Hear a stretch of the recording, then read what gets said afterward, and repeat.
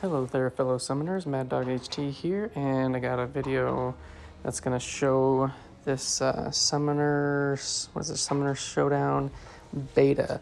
I didn't record my stuff from the alpha. Maybe I'll go back and do a run, but that one was pretty easy. This one, I had originally gone in with this team and thinking that Killmonger could take this fight with Torch, but with the bleeds falling off and causing the smolders and causing the temperature to raise, at least with the RNG that I got, he wasn't able to shrug off with the Killmonger Void synergy, those incinerates, and he just kind of melted. So I just decided to go back in here and kind of slow play, do a parry, and then do 4 lights to get that long bleed, and then just kind of let it do its damage. And I will start to get incinerated towards the end, but I time it just about right to get to this L2 where the LMD gets destroyed, and I just smack him with an L2, and then boom, he's down. So a method like that can work. A non-bleed champ would work better. I mean, Quake would work great. I didn't bring her on my team. But yeah, so there is the Human Torch down, and I got a little connection issue here. We're gonna come up to Annihilus. I brought Symbiote Supreme. I have Doom, but he's in AQ right now.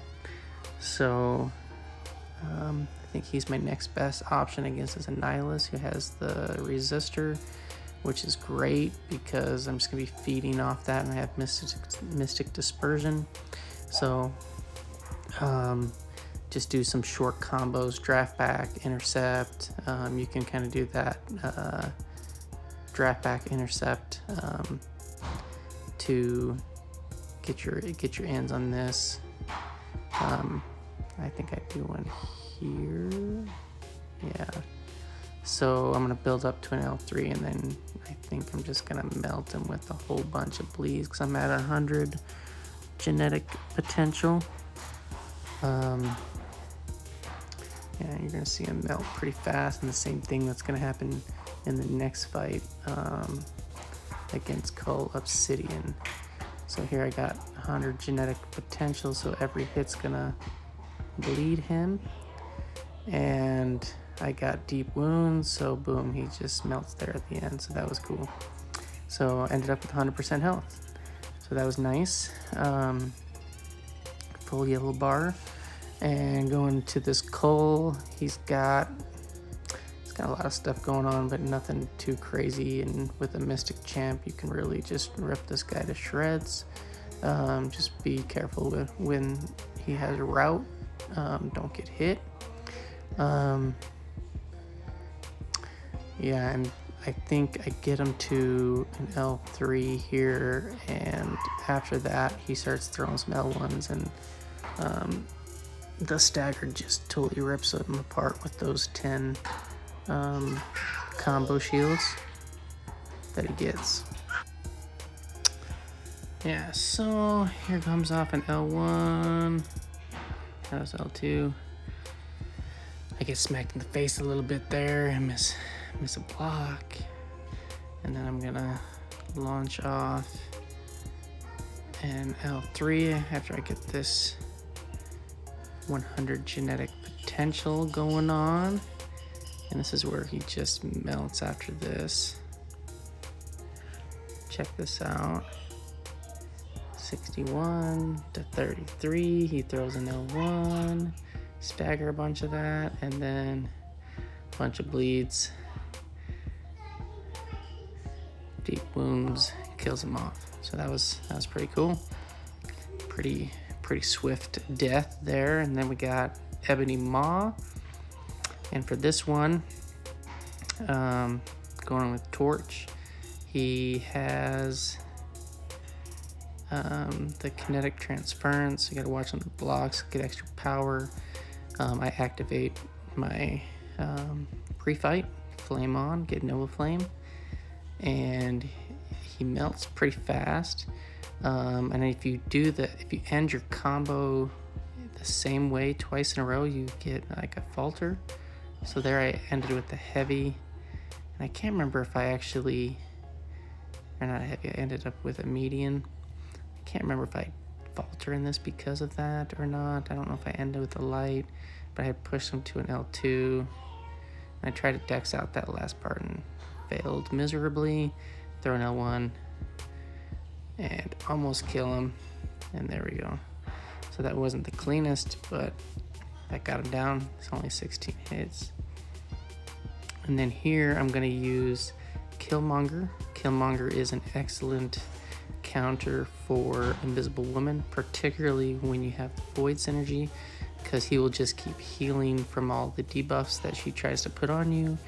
And you can just see, like, I stay super healthy, and I keep purifying pretty much just about everything that she throws at me. And the idea here is to, this is from a shout out from Mirage Turtle in my battle group. Some guy was asking who is a good champ to do this with, and he's like, dude, just get Killmonger, spam L2 until you get 15 or more bleeds, and then trigger the masochism, and then hit her with an L3. So that's basically what I'm doing. And granted, my Killmongers are rank 5, so it didn't really have to go this route, but it just kind of shows you how powerful the bleeds are. And then here's that stupid AI thing that's been going around where they just go super fast and they just kind of stare at you. And I happened to hit that L2 off right when the force field went down, so I kind of got smacked, but look, I'm right back at 100%. Throw off another L2, I get those indestructible, so here I'm at 17 bleeds. I'm like, yep, that should be plenty. So I'm gonna build up to an L3. I'm gonna make sure that I trigger masochism, and then I'm gonna let it go off, and then you'll see it come back with massive damage. And then I make sure the force field is down as well. So I triggered masochism, L3's coming, the bleeds are gonna be coming, and the bleed damage is gonna be very nice. So check that out. It's 3k per tick, and I'm just gonna let that kill her. And she's down. Pretty easy. All right. Now we're gonna hit up this last node, and it is Namor. It has rapid metabolism, which isn't going to impact void. It's debuffs. It has spite, so I'm just gonna try to play it kind of slow, make sure that I can get some IP debuffs on him, and hopefully I'll get the petrify soon. And in this fight, it's the last one that I get, so I put 4 fatigue and 4 agility debuffs on, and then I finally get a petrify, and then that's kind of when I start to go a little bit more aggressive and try to get him down. And you know, you trigger his Imperious Rex, and here I'm just trying to make sure that I don't think with the Imperious Rex on I shouldn't have to really worry about the spite, because I think it should balance it out.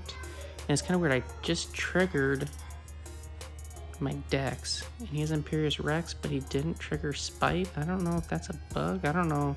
I don't have a Namor, so maybe that's an interaction that would happen, but I don't know. That's kind of weird. I thought it would trigger the spite, and later on I do trigger spite, and there he goes, that passive AI again. That's just so annoying, because it's like, okay, do I attack? Do I not attack? He does it again.